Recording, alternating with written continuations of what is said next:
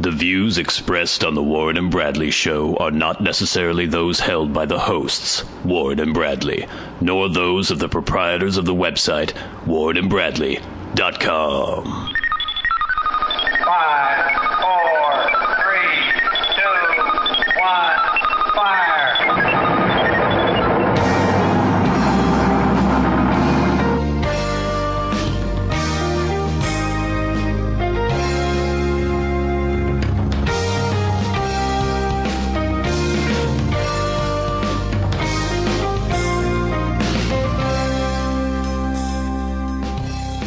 Let's make some magic. Hello, it is magic time. Welcome once again to the Warren and Bradley Show, episode 22. I'm getting on there. Yeah. It's getting crazy. I'm one of your hosts, Bradley Victor. I'm the other host, Warren Van. Here on a beautiful spring day in Bellingham, Washington. It is lovely outside right The now. temperature is expected to top out at 68 degrees. Oh.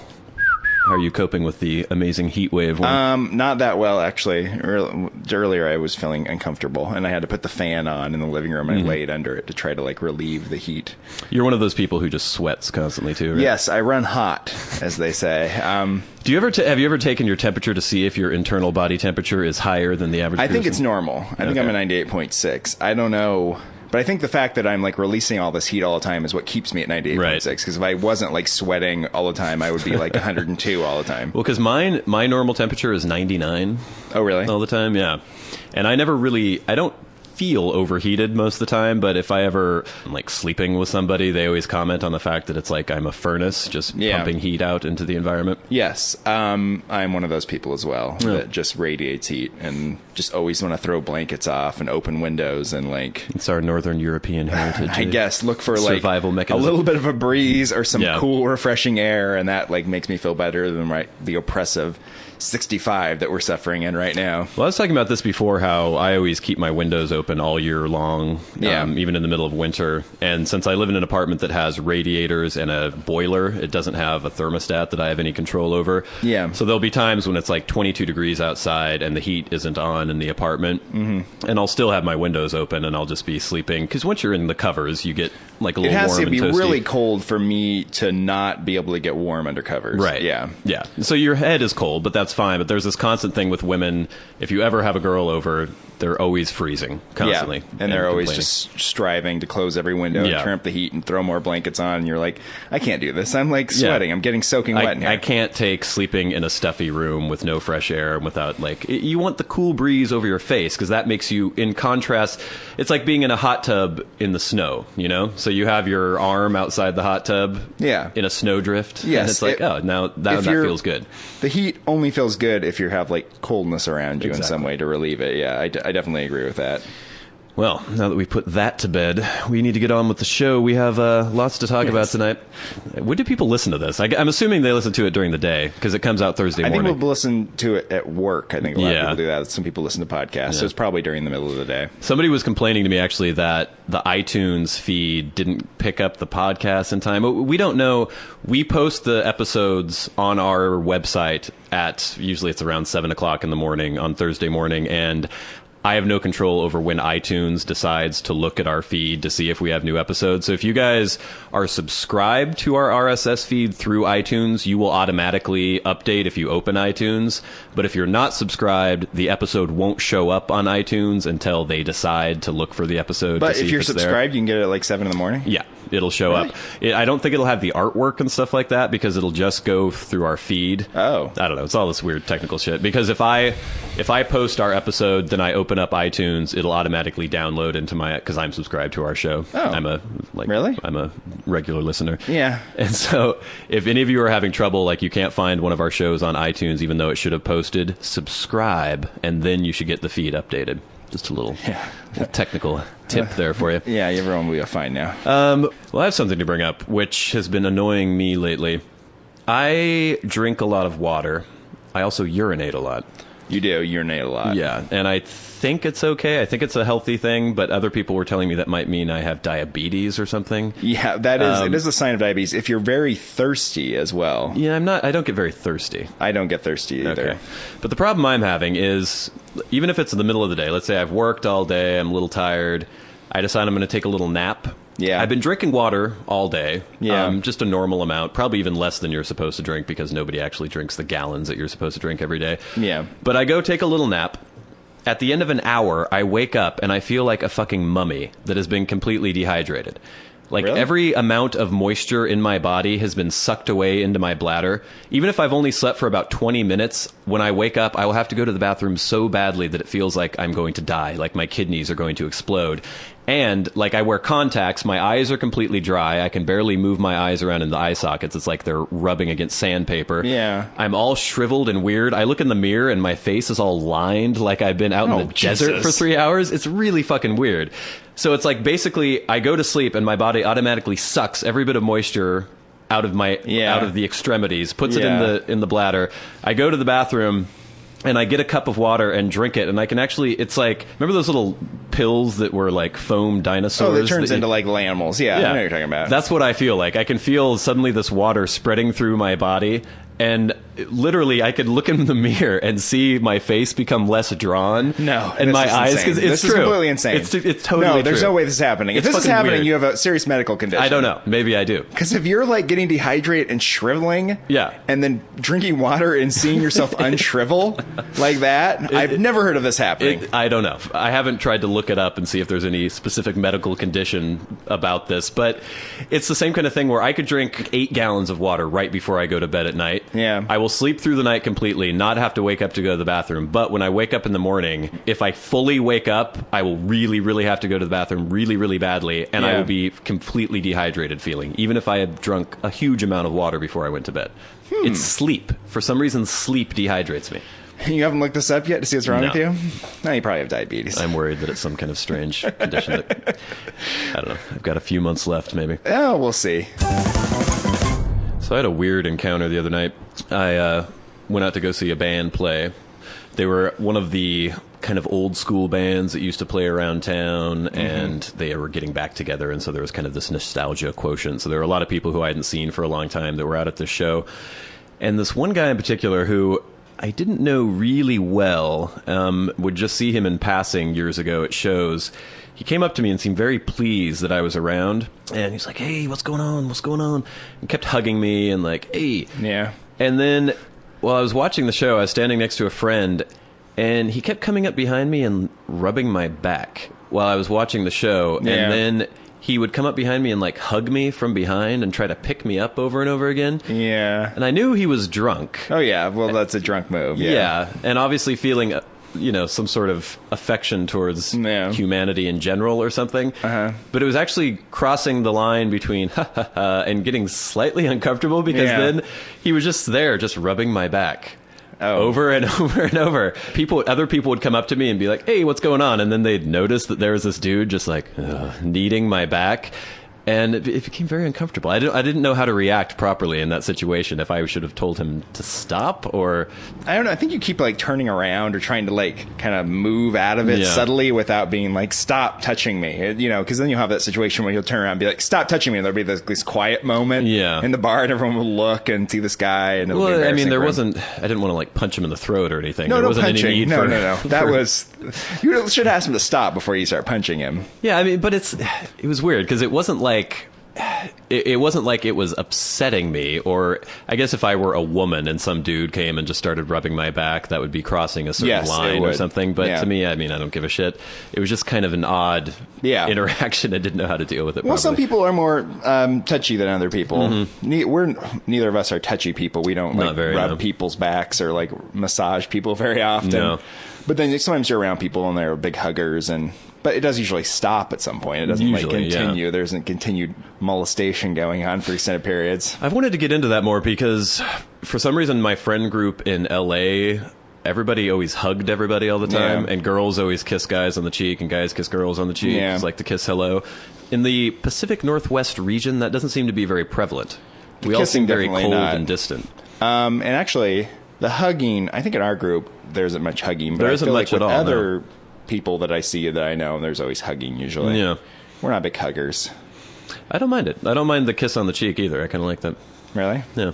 I don't know. You can take it or leave it. I can't think of like a time when I've like like seeing like girls and like hug them and they kiss me on the cheek. I mean, it happens sometimes when they're like drunk and like, oh, I'm so happy to see you, and then they like kiss you on the cheek or whatever, but not like in a regular way, like we're some sort of Europeans where they're like, and you're like, oh yes, it's so good to see you. And it's better off that way. I don't want to always be hugging and kissing people.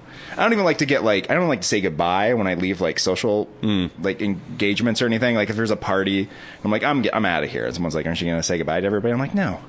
I see these people all the time. I'm just going to sneak out. I don't want to make a big elaborate production of the fact that I'm leaving. I usually do the thing where I walk into the middle of the group and I silently raise my hand and do a wave thing, and then I walk out. That is a good way to do it, right? Because you can just be like, hey, I'm out of here. Because I don't need to be like, I don't need to hug every single person and be like, so good to see you. Because I see these people all the time. Yeah. And I'll just see them again in a day or two or something. So I'm like, I'm out. Goodbye. And I leave. I don't need it to be turned into like a thing. Well, you always have to think about the proper threshold of affection to show. Like, how long does it take before a hug is required as a greeting? Like, you haven't seen each other in a couple months, so do you hug hello? Like, you know. I think if it's a while, then you hug hello. But if someone you see a lot, and then you don't do it, because it's just, I don't know. Maybe this is sexist or a result of gender inequality, but I usually will hug a woman hello much more likely to do that than hug a guy friend hello. But I don't mind hugging the guy friend hello. I don't know. No. I just don't need the hug. Yeah. Do you know what I mean? Well, you have a girlfriend, so you get physical contact. Are you getting like some sort of sexual satisfaction from these hugs that you're No, giving? but it's not sexual. It's just people need to be touched every once in a while. Really? That's where you're getting it, from the hugs from your friends? No, it's not. I don't mean that. I like to be touched. There's a difference between sexual touch and just like physical touch being a restorative thing for you. You know, like humans are social animals. We need to feel hippie bullshit you're spouting at me right now. You need to be touched by other humans, like have their hands laid on you to get some restorative effect. I think that's a normal thing that humans need to like have closeness to people, even if it's not in a sexual way. No, I don't know. I never really thought about it. I don't feel that need, I guess. Yeah, I don't know. I don't know if it would be different if I had a girlfriend and I was getting, like, I was physically close to somebody all the time. I don't know. I know that at one point with my grandfather's wife, I had gone into some sort of, like, family gathering once and, like, not hugged her. Because I just kind of skirt the hugging sometimes because I don't want to get involved. And then she, like, called me out, and she's like, it's customary. And I was like, oh, okay. Yeah, and that's kind of defeats the purpose when it's a socially expected. Yeah, you need to hug me. Yeah. This is what we do here. And it's like, fine, I'll give you your hug. Ugh. My grandma used to kiss me whenever she saw me. Oh, on the cheek. Okay, good. And actually, I saw a father with his little girl the other day. Yeah. And he was like, "Give Daddy a kiss," and they kissed on the lips. Yeah. Is that normal? I've seen it on like movies and TV and stuff. But I also think that like where I come from my family, we're like Calvinist Dutch Protestant we had no affection in my family whatsoever. You barely ever touch anyone else. Yeah. There's not any like where my parents were the high school, dancing was forbidden, a la Footloose.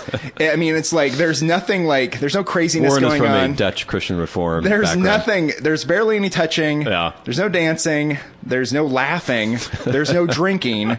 Everyone just stares at each other awkwardly. Yeah, that's wonderful. So that's how my family functions. So like, you see a movie, or you go actually just hang out with somebody else's family, and maybe they're Italians, or they're some other ethnic group, they're Hispanic or something, and they're all like hugging and touching and kissing each other, and you're like... You get very uncomfortable. Well, it's weird because they'll like hug and like kiss you too. You're like, oh, it's good to see you. And you're like, oh, wow, this is weird because my own family wouldn't ever do this because this isn't the way we do things. Yeah, I think when I was a little kid, I think I used to like hug my mom, and I still will hug her when I see her now, but there was no like physical affection in my family whatsoever growing up. Like I don't hug any of my siblings. Like I don't know. I guess that's fine. Maybe well, it seems like you need more touch in your life. Maybe that's what you're saying. You're crying out to be affection. touched by your friends. Yeah, that's fine.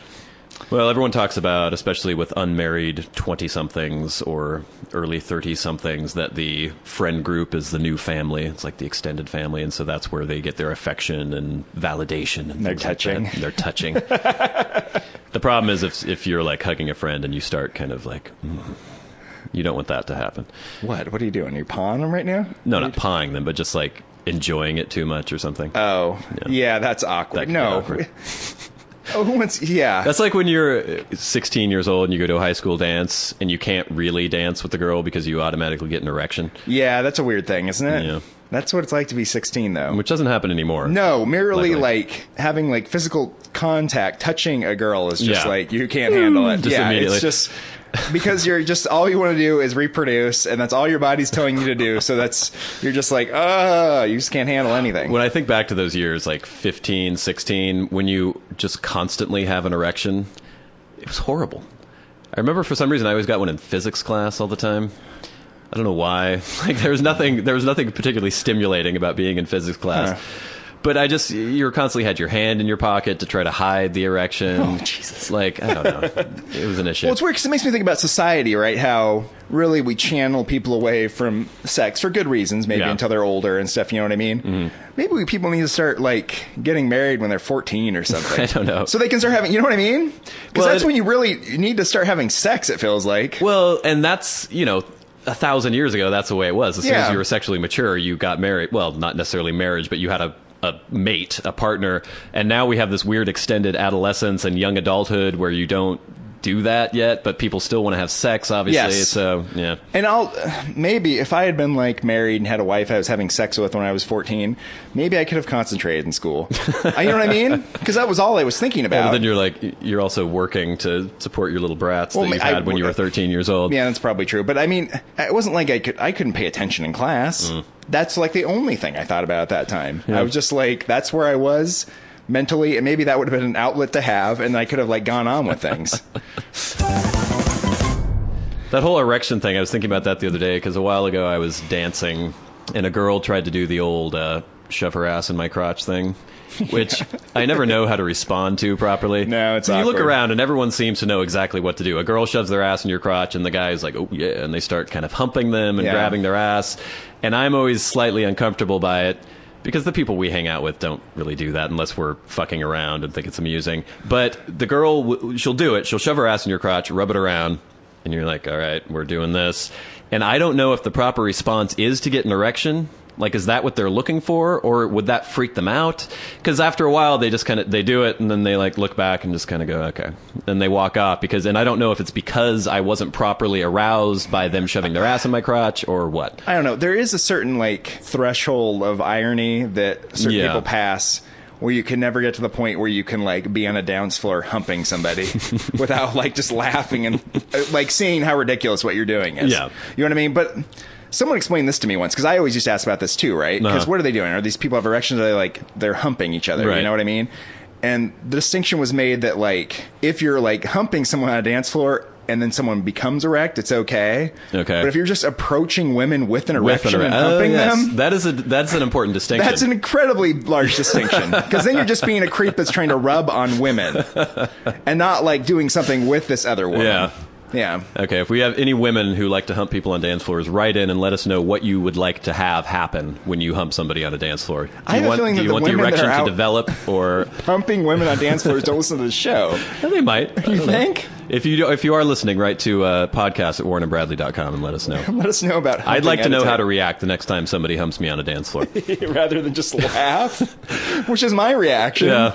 And then just try to kind of get away from it and be like, I don't know what to do with you. Well, and it never goes well, because usually I'm with friends, and if a girl starts rubbing her ass against me, I usually go and like look over at my friends, and then they laugh, and then she notices that I'm laughing and my friends are laughing, and then she stops humping me and goes away and humps somebody else. I do recall a couple years ago, I think I was at a local dance club, and some large, like very tall woman, ugly woman saw me, and she like stared at me, and I was like, uh-oh. And then she came over and like started like humping me, but she grabbed me with all her strength and was like holding me, and I was like pinned, and I would have had to like, I could have broken away, right? Mm-hmm. But it would have been like awkward. Like I obviously would have like been forcing my way away from her. Right.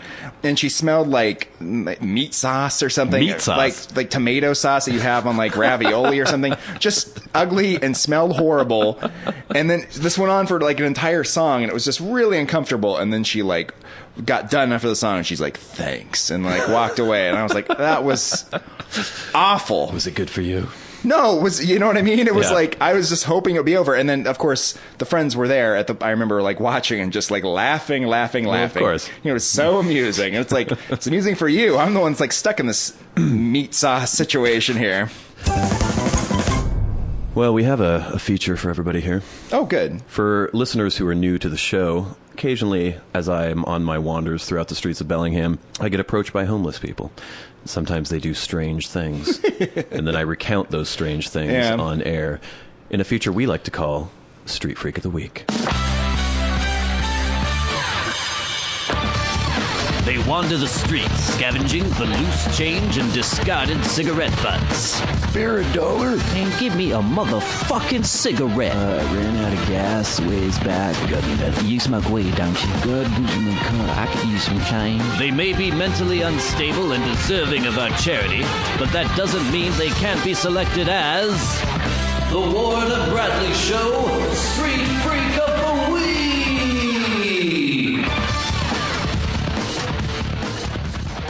So this happened today. I was out enjoying the pleasant weather that we have because you have to enjoy it while it's here. Otherwise, you know that the next day I think it's supposed to start raining, I don't know, Tuesday. So I went out, got my coffee. It was like, wandering around. That was Vivaldi Spring. Wandering around the streets of Bellingham, watching people, you know, in their tank tops and halter tops in the 64-degree heat. At one point, there was this kind of older gentleman leaning up against a parking meter. I think he was waiting for his wife or something. And a long-haired, kind of fuzzy-faced homeless man approached him. I was like, you have any cash? Got any change? And the guy, I couldn't really hear the guy's conversation very well, but I could see he was doing the whole, like, like pretending to check his pocket and blah, blah, blah, blah, blah. And then the guy walked away. I didn't think anything of it. Literally about 2 minutes later, he came back again and asked the same guy for money again, as though he had just completely forgotten that he had approached him previously. And the guy was getting a little annoyed. He just seemed kind of like a, buttoned-up middle-aged guy. Who, this is like the scariest things happening. Yeah, he's not used to dealing with this kind of frightening situation. And so he gave him the excuse that he had given all his cash to the juggler at the farmer's market. For those of you who don't know, Bellingham has a farmer's market every day. Apparently a or juggler not every there. day. And apparently there was a juggler performing there, and this guy tipped him. And I don't know if he was lying, but this was how he was hoping to get rid of this homeless person. So the homeless person goes, I can juggle.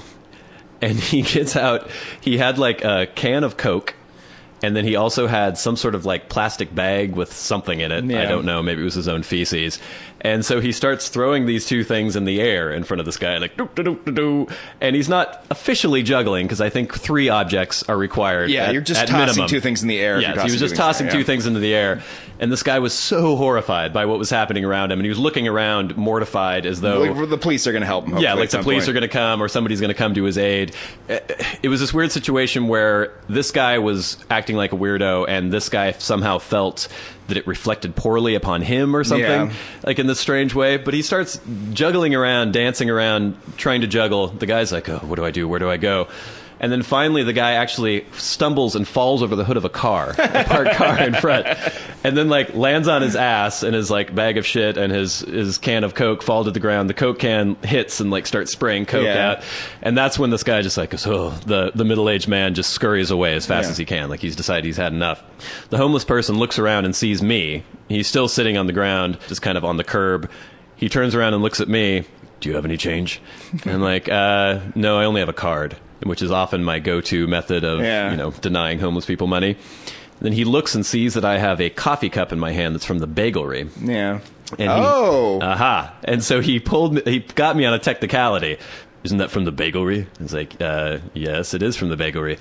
They don't take cards. They only take cash. Dun, dun, dun. Oh, no. It's like, I used the last of my cash in the bagelry. So it got into this whole thing where normally I would just say, I'm sorry, no, I don't have any money. Yeah. But I decided for some reason to lie, and then he caught me on the lie. Why lie? I don't know. I don't need to lie. It doesn't matter what this guy thinks of me. Yes. But he basically shamed me enough that I was like, let me check. And I reached into my pocket, and I had like 15 cents or something. So you ended up giving this guy money? Yeah. Terrible. I had an interaction this morning when I went and got coffee. Yeah. And I was walking back with my coffee. I had the earbuds in, and I saw a homeless man like look at me from across the street, and he scurried across the street to attempt to cut me off, you know. And he was going to step in my way, and I had the like music going, and I could see his lips moving, like blah blah, and I just shook my head, and I just kept walking because that's what I do. You don't get any of my time, right? You don't deserve any of my time. What if he was saying, my wife has just had a heart attack? Do you have a cell phone to call the police? I'd be like, fuck you. No, you're lying to me because you people lie all the time. You know what I mean? It's the same thing with people are at gas stations, someone comes up to them and they're like, oh my God, I just need $5 to get back to town. You know, I didn't bring my wallet. And people believe them. That's even part of our Street Freak of the Week intro. I ran out of gas. Yes. It's a classic. It's just classic ploy. He could have told me any number. There's nothing that man could have told me that I would have believed. It could have been the world will end in 5 minutes if you don't give me $5. Well, I guess I wouldn't believe that anyways. But, you know, there's someone's having a stroke in the alley. If they said that, I'd be like, really? And I might go look and they'd be like, yeah, I need 15 cents to resolve that. You know, it's...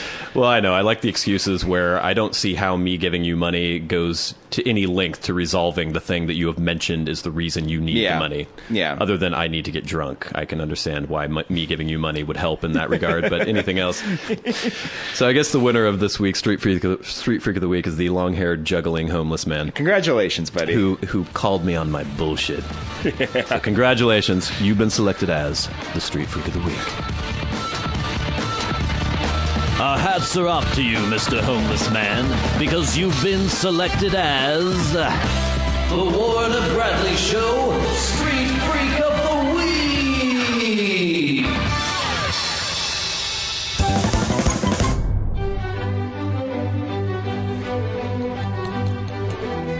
Dear Warren and Bradley, I am writing this missive to let you know that I was utterly delighted with last week's episode. Your tales of prostitutes and the indigent are always quite illuminating, and I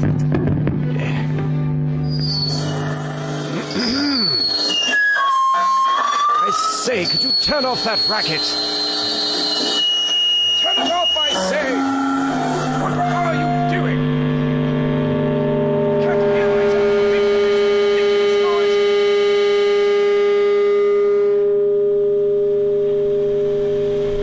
Listener feedback on the Warren and Bradley Show. All right, so last week we mentioned circumcision and foreskin. We did. And as I predicted or assumed would happen, we had several responses from listeners, some people very vehemently denying the fact that basically Warren and I were of the position that foreskin makes no difference. We're not passionate about the subject. We don't give a shit. Neither of us have foreskin, and we don't feel like we've been impeded in any way in our sexual life, our emotional health, nothing. But I had several people contact me telling me that, yes, foreskin is absolutely necessary to be a healthy male. And so I went and did some research, and basically they're wrong. And I found lots of actual research materials to back me up here. I'm not going to get into all the studies, but... He's got quite a stack of I have a whole information stack of there. paper. I even got a highlighter out and started highlighting things. There are some conflicting results. There's been many, many studies. I think the first comprehensive study was done in 1966 or something, but there's another study from 2007 I have here, one from 2002, one from 2009. Here's a quote from a study done in January of 2007, the American Academy of Family Physicians. They say no valid evidence to date, however, supports the notion that being circumcised affects sexual sensation or satisfaction. They're talking about penile sensitivity. Adult male circumcision was not associated with sexual dysfunction. Circumcised men reported increased penile sensitivity and enhanced ease of reaching orgasm. In a 2009 study of 22 men in Mexico circumcised for medical reasons, so this was adult circumcision, they reported a statistically significant improvement in perception of sexual effects after being circumcised. Well, if they were having if they had a problem, they would... Well, and that's one thing, you'd have to think if they have some sort of bloated foreskin that's not working out too well. They're like, everything's better now, and you're like, well, that means circumcision's better, no clinically significant difference could be established between the circumcised and uncircumcised glands during these examinations. So a lot of people are saying that the old head of the old penis gets less sensitive after circumcision. They're finding no effects for that. No difference in sensitivity, no significant differences, no differences in genital sensitivity. There are other people who are saying that foreskin is sexually responsive itself, but we have studies here saying that so they're claiming that a sexual role based upon the presence of nerve endings in the foreskin being sensitive to light touch and fluttering sensations, and saying that removal of this causes a decrease in sexual satisfaction. They're saying that in self-assessed sexual sensitivity, when they were assessing areas producing sexual pleasure, the foreskin was ranked 7th after the glands, the lower and upper shaft, and the left and right sides of the penises, but above the area between scrotum and anus, the scrotum itself, and the anus. So I guess I never think of the taint as a sexual or the area. scrotum, or really. the scrotum. Deriving pleasure from that seems odd. But apparently, if I had a foreskin, I would rank that higher on my. I could see how that would be. I guess. So basically, we were right, and there's no difference. But one thing that I found that was very interesting is that some of these men who think they've been shortchanged by having their foreskin removed, there is foreskin restoration, Warren. Oh, thank God. Now, this is something that you should consider because you're so curious as to how it feels. Even though we've read these studies that show that there is no real difference, if you wanted to, you could restore your foreskin, and then you would know. Not exactly. Long and painful process. Well, apparently, we mentioned before, I was talking about when people have broken their penises, they get these penis traction devices that'll apparently stretch them out again and make them work. And you were a little skeptical about it. But apparently, any sort of stretching done on anything in your body, if you do it enough, will result in mitosis, which is I don't know how technical people are going to be shutting off, but basically cells will start to replicate. Yes. And so basically there are these people who spend hours every day tugging on their penis, like the area where the foreskin used to be. People that do that. Well, yeah. But this is in a non-sexual way, apparently. They sit there for hours yanking on the place where the foreskin was, and after 2 to 4 years, with concentrated daily yanking, you will grow a new foreskin that will cover the head of your penis. Yeah, right. Just don't do this, people. We'll actually post a picture. There's actually these tension devices that you can clamp on to your penis and yank your foreskin, or yank what should be your foreskin. It's insane, but people do this, and apparently it works. You could have a new foreskin. Good. Don't do this. Just there's so many books to read, so many places to go in life. People, don't spend your entire life if you just stretching your foreskin. You put that machine on your penis, and then you've got a good 2 or 3 hours where you could read a book while your penis is being yanked mercilessly. Maybe I'll do it then. Maybe I'll give me more time to read. Yeah. I don't know. Maybe I should stretch my foreskin. Why not? What else do you have to do, really? Not much. You don't have a lot going on. Just do it, and we'll just keep measuring the progress. This could be an update. Show. I'll take pictures of my penis and post them online every month. I'm sure people would love to see that. The slow and steady progress. This has been listener feedback on the Warren and Bradley Show. If you'd like to get in touch, send your questions, comments, and concerns to podcast@warrenandbradley.com.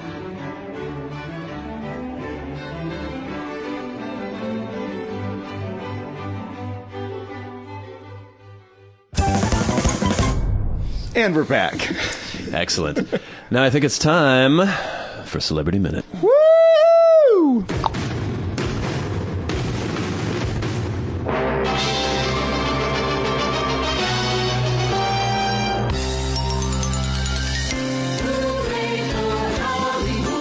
Celebrity Minute on the Warren and Bradley Show.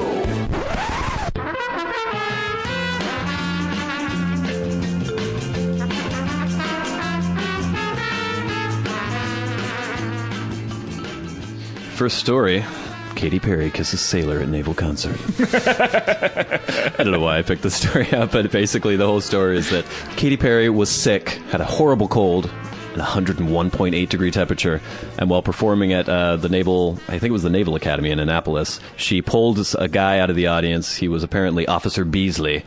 She asked him how old he was. He said he was 20. She said, "Is this even legal?" And then she said that she wanted to recreate the famous pose from, what was it, VJ Day? Was that when that was from? Or was it from? Maybe VJ Day. I don't know. Yeah, I can't remember. I can't remember either. Yeah, who the fuck cares? And so basically she asked the man if he minded the fact that she had a cold, and he said no. And so they kissed. Isn't Katy Perry's music aimed at 12-year-old girls? Guys, I don't know. Well, it was at the Naval Academy, so obviously it was filled with men. Yeah, do men in their 20s want to see Katy Perry perform? I think if you're at the Naval Academy and Katy Perry is going to perform, you would probably go see Katy Perry. You'd probably go, but are like the generals who organize this be like, you know what the kids like nowadays? Katy Perry. I don't know. You like her. I don't like her music. You don't buy her CDs and listen to her. No, you know what I mean? It's for children, isn't it? Well, it was funny because I watched the video of this, and the crowd seemed quite into it. They were quite impressed by that. Every time I've seen like some USO thing though, and they put anyone out there, the troops the sailors are always just thrilled with whoever they're They do seeing. seem easily entertained. They just are so happy to be there. But I think, I don't know, making out with one of your fellow officers, it's goodwill. goodwill towards the troops. What are your fellow officers? Well, yeah, because they're all... When you're in the Naval Academy, you automatically become a lieutenant, I think. I think you're a second lieutenant or something when you get out. Yeah. No, that's... Wait, uh-oh. Are Naval. they have lieutenants in the Navy? Yeah. I don't know. Anyway, she made out with some soldier. They liked it. He was pleased. He might have a cold now. He's probably coughing up phlegm, but he doesn't care because he got to kiss Katy Perry. So apparently she's put her Russell Brand separation behind her. Oh, that obviously shows that she has. She's gotten on with her kissing life. sailors. Next story. Unauthorized biography spills Simon Cowell secrets. I like the story because, for the most part, it is basically exactly what you would think. It talks about how he's a savvy businessman, kind of a dick, but not that much of a dick, sort of vain.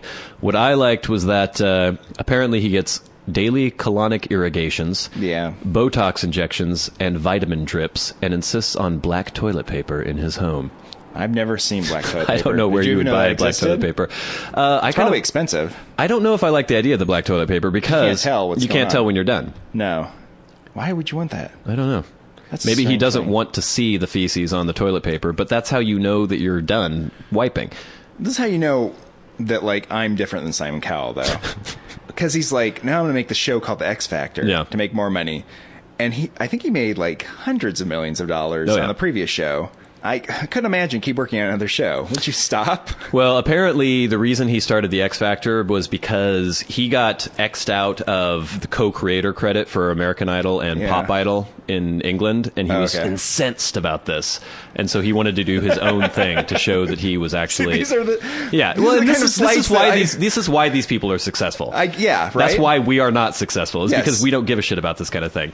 You have to be slightly megalomaniacal and crazy in order to really make it. And that's what basically I read this whole article, and that's what it shows him. He's the least amount of dick that you could imagine him being to be as successful as he is. He's still a dick, but the least dick he could possibly be. It reminds me of, like, the most elite athletes in the world, how they all have, like, personality problems. You have to have a personality disorder. You have to want to win above all things. Because at some point, if you're a normal person, you're just like, what's the point of this? You know, I'm pretty competitive, but there is a point where you're like, whatever. You know, it doesn't matter, really. It doesn't really matter. But it does, I guess, getting somewhere in life. You have to think it matters. And like, Simon Cowell has to think that he's slighted. Right. And, like, those athletes have to think that someone slighted them in some way, and they have to prove everyone wrong and stuff. And I just don't care about. You have to have a mild persecution complex and think that everything is you against the world. Basically, I don't know how you inspire that within yourself. If you don't have that, you just don't have it. I don't think.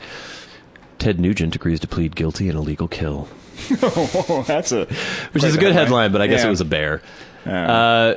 He was bow hunting black bears in Alaska. Apparently he wounded one, which goes towards your limit of one bear to kill, but then later he killed another. And then transported the bear out of the state, which was, I guess, also illegal.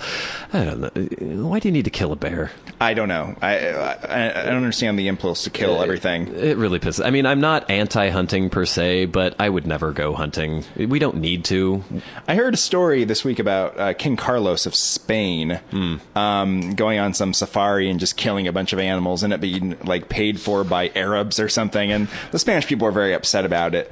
Do you feel the impulse to go out and, like, kill a bunch of, like, big animals? I heard another story recently about Trump's sons. His two sons went to Africa and killed, like, a fucking elephant and a giraffe and all these things. And I didn't think you were allowed to kill any elephants. And maybe if you have enough money, but what's the point of killing all these poor animals? This is the thing. If you're taking them down with your bare hands, that's pretty badass. If you have a gun and a bunch of, like, bearers and you have, like, a jeep and you go out and shoot a bunch of animals, there's some elephant at a watering hole and you shoot it in the ass and it falls down. And you have a guide that got you there. You didn't do anything except for pull out your gun and shoot like a harmless animal. It's crazy. There's no skill involved. We are not environmental wackos by any stretch of the imagination, but at the same time, it's, like, stupid to kill a bunch of animals for no reason. Yeah, and you have to wonder about the mentality of somebody who... I mean, I know Ted Nugent tries to act like he's this crazy survivalist. Well, he is a crazy survivalist. Yes. And so it's all about hunting and sustaining and being like, oh, well, I can take care of myself. He's not eating the bear. No, well, he might, but it's like, even if it's all about sustainability and it's all about doing things yourself, why are you transporting bears across state lines? Yeah, woods.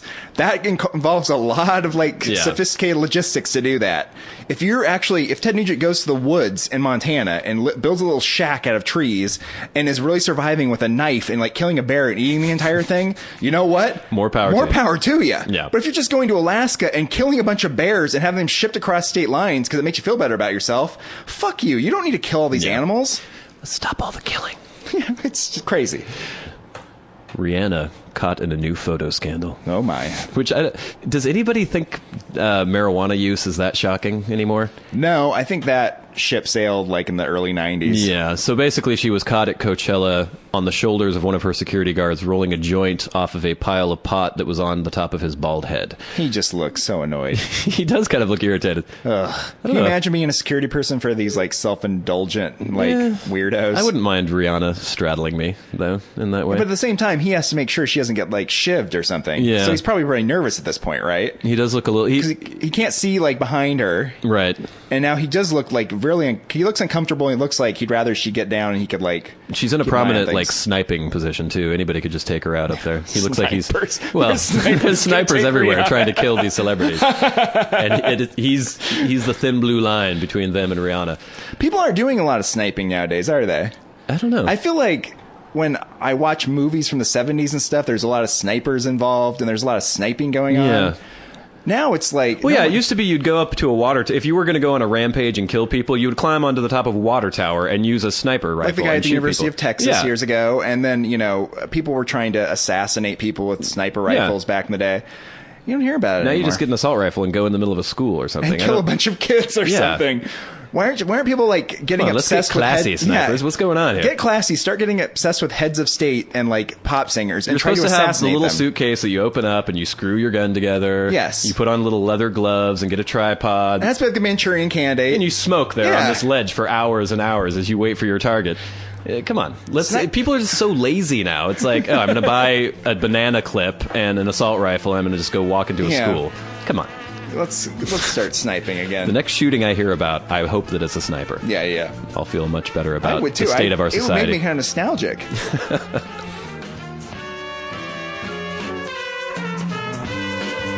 This has been Celebrity Minute on the Warren and Bradley Show.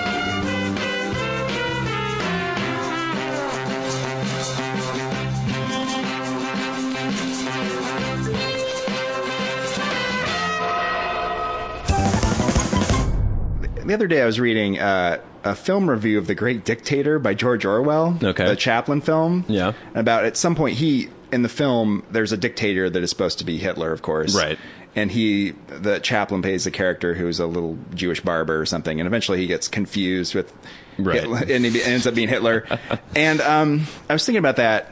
If, let's say, a president was elected in the next few years, and he looks almost exactly like you, the governor of Georgia or something, you know what I mean? He gets elected.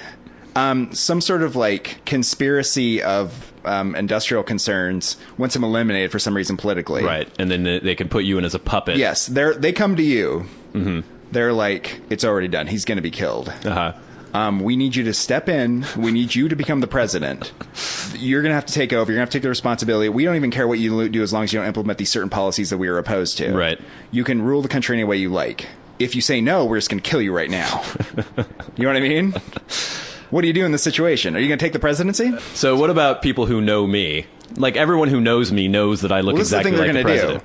They have the financial resources to make it look like you died. Okay. Right? So people are going to think you're dead. So I have to give up my life and I have to become the president. Yes.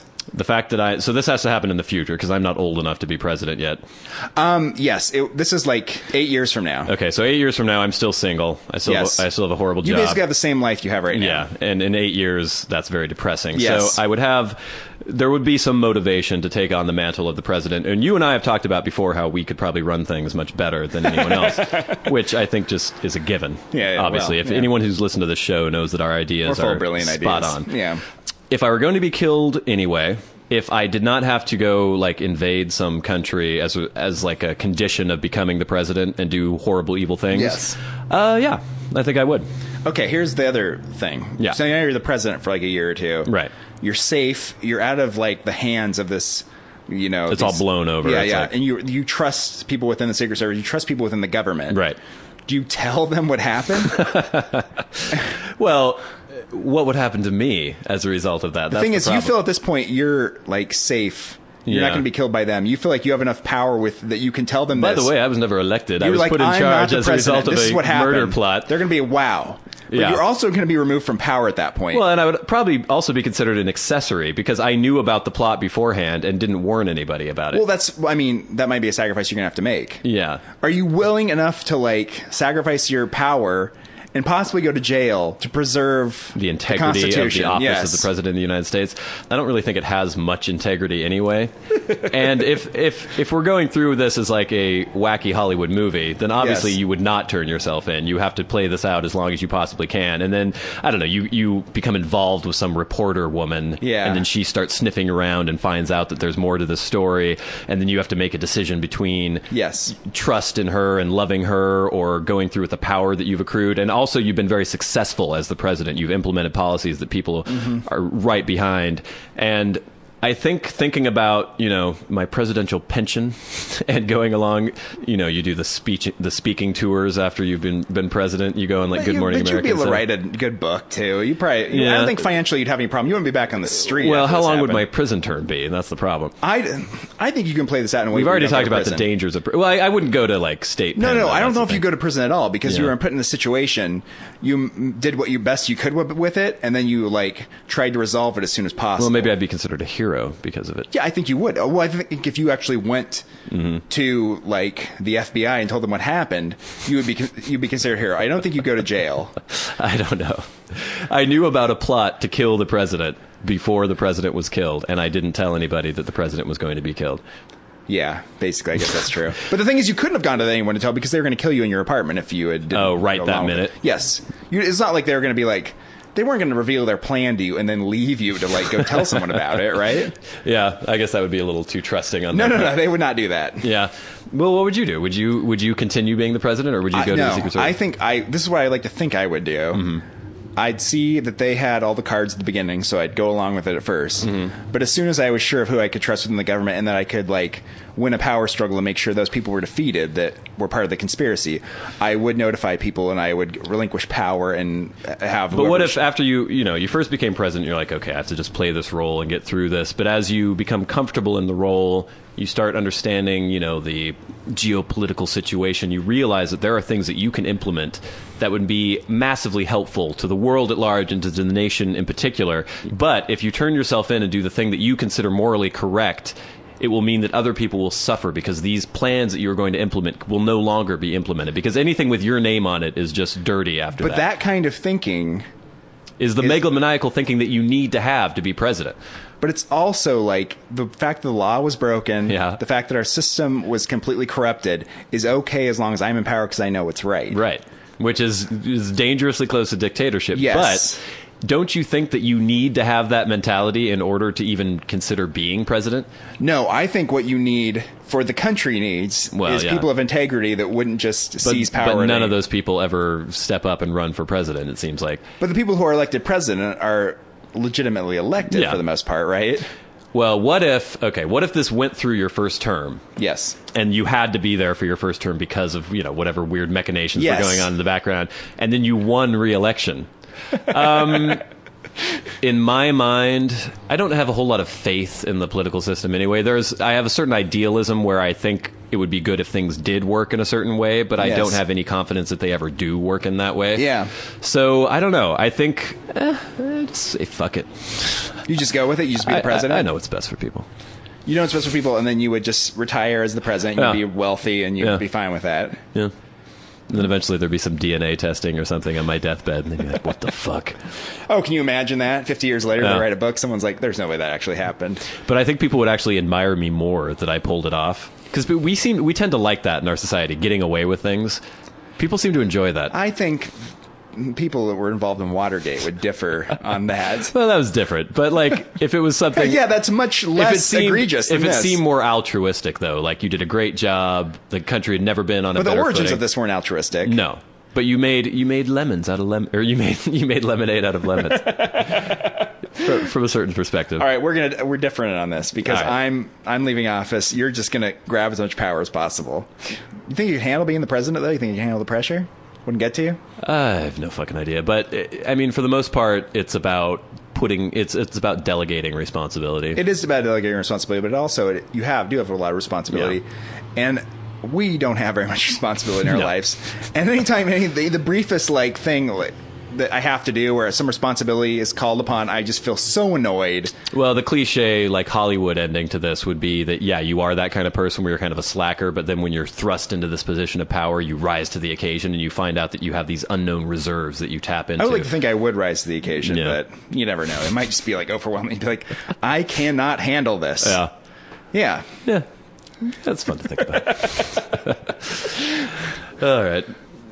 I guess that's all the time we have for this episode of the we're going to say goodbye to the audience? Yeah, we should. Okay. Bye, audience. We'll start that tradition now so people know when the show's actually over. Yeah. Some people, they just keep listening. They don't understand that it's over, and they get really confused. And they think it's they haven't been talking for 20 minutes. What's going on? They think it's some sort of a John Cage weird performance. Kind of, Yes. What was that called? The 4:33, I think. Yeah. So it's not that. We are actually done. We hope you join us next week. Yes, for the next episode of the Warren and Bradley Show. I am one of your hosts, Bradley Victor. I'm the other host, Warren Van. Saying, keep your face. That's a good trick. This has been the Warren and Bradley Show, brought to you by Warren Van and Bradley Victor. For podcast news and information, like the show on Facebook at facebook.com/Warren and Bradley. Follow the show on Twitter at Warren and Brad. Subscribe on iTunes and leave a review. For episode archives and episode pictures, go to warrenandbradley.com, and to contact the show, write to podcast at warrenandbradley.com.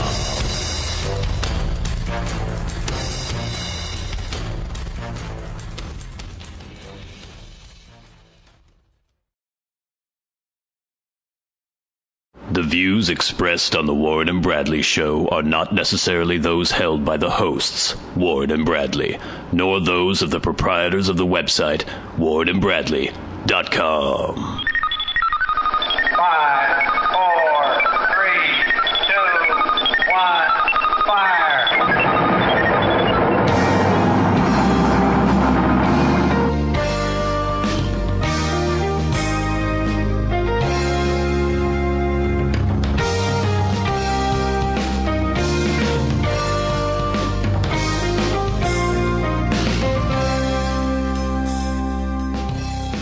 Let's make some magic. Hello, it is magic time. Welcome once again to the Warren and Bradley Show, episode 22. I'm getting on there. Yeah. It's getting crazy. I'm one of your hosts, Bradley Victor. I'm the other host, Warren Van. Here on a beautiful spring day in Bellingham, Washington. It is lovely outside right now. The temperature is expected to top out at 68 degrees. Oh. How are you coping with the amazing heat wave? Not that well, actually. Earlier, I was feeling uncomfortable, and I had to put the fan on in the living room and laid under it to try to relieve the. I decided I'm going to take a little nap. Yeah, I've been drinking water all day. Yeah, just a normal amount, probably even less than you're supposed to drink because nobody actually drinks the gallons that you're supposed to drink every day. Yeah, but I go take a little nap. At the end of an hour, I wake up and I feel like a fucking mummy that has been completely dehydrated. Really? Every amount of moisture in my body has been sucked away into my bladder. Even if I've only slept for about 20 minutes, when I wake up, I will have to go to the bathroom so badly that it feels like I'm going to die, like my kidneys are going to explode. And, I wear contacts, my eyes are completely dry, I can barely move my eyes around in the eye sockets, it's like they're rubbing against sandpaper. Yeah. I'm all shriveled and weird. I look in the mirror and my face is all lined like I've been out in the desert for 3 hours. It's really fucking weird. So it's basically I go to sleep and my body automatically sucks every bit of moisture out of the extremities, puts it in the bladder. I go to the bathroom and I get a cup of water and drink it, and I can actually, it's remember those little pills that were foam dinosaurs? Oh, that turns into animals. Yeah, I know what you're talking about. That's what I feel like. I can feel suddenly this water spreading through my body, and literally I could look in the mirror and see my face become less drawn. No. And my covers, you get like a It little has warm to be and toasty. really cold for me to not be able to get warm under covers. Right. Yeah. Yeah. So your head is cold, but that's fine. But there's this constant thing with women. If you ever have a girl over, they're always freezing constantly. Yeah. And they're always complaining. just striving to close every window Yeah. and turn up the heat and throw more blankets on. And you're like, I can't do this. I'm like sweating. I'm getting soaking wet in here. I can't take sleeping in a stuffy room with no fresh air and without you want the cool breeze over your face because that makes you, in contrast, it's like being in a hot tub in the snow, you know? So you have your arm outside the hot tub in a snowdrift. Yes. And it's like, now that feels good. The heat only feels good if you have like coldness around you in some way to relieve it. Yeah, I definitely agree with that. Well, now that we put that to bed, we need to get on with the show. We have lots to talk about tonight. When do people listen to this? I'm assuming they listen to it during the day because it comes out Thursday morning. I think we'll listen to it at work. I think a lot of people do that. Some people listen to podcasts, so Yeah. it's probably during the middle of the day. Somebody was complaining to me, actually, that the iTunes feed didn't pick up the podcast in time. We don't know. We post the episodes on our website at, usually it's around 7 o'clock in the morning on Thursday morning, and I have no control over when iTunes decides to look at our feed to see if we have new episodes. So if you guys are subscribed to our RSS feed through iTunes, you will automatically update if you open iTunes. But if you're not subscribed, the episode won't show up on iTunes until they decide to look for the episode. But to see if you're it's subscribed, there. you can get it at like 7 in the morning? Yeah, it'll show up. I don't think it'll have the artwork and stuff like that because it'll just go through our feed. Oh. I don't know. It's all this weird technical shit. Because if I post our episode, then I open up iTunes, it'll automatically download into my, because I'm subscribed to our show. Oh. Really? I'm a regular listener. Yeah. And so if any of you are having trouble, like you can't find one of our shows on iTunes, even though it should have posted, subscribe, and then you should get the feed updated. Just a little technical tip there for you. Yeah, everyone will be fine now. Well, I have something to bring up, which has been annoying me lately. I drink a lot of water. I also urinate a lot.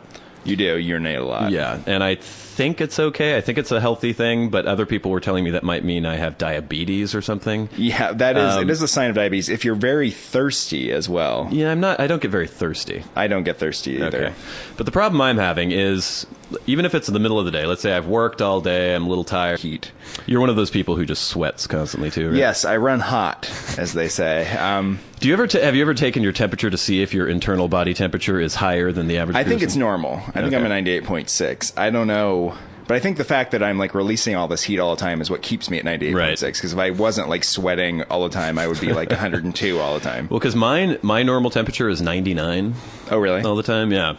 And I don't feel overheated most of the time, but if I ever am like sleeping with somebody, they always comment on the fact that it's like I'm a furnace just pumping heat out into the environment. Yes, I'm one of those people as well that just radiates heat and just always want to throw blankets off and open windows and like it's our Northern European heritage. I guess look for like survival mechanism. A little bit of a breeze or some cool, refreshing air, and that like makes me feel better than the oppressive 65 that we're suffering in right now. Well, I was talking about this before, how I always keep my windows open all year long, even in the middle of winter. And since I live in an apartment that has radiators and a boiler, it doesn't have a thermostat that I have any control over. Yeah. So there'll be times when it's like 22 degrees outside and the heat isn't on in the apartment. Mm-hmm. And I'll still have my windows open and I'll just be sleeping. Because once you're in the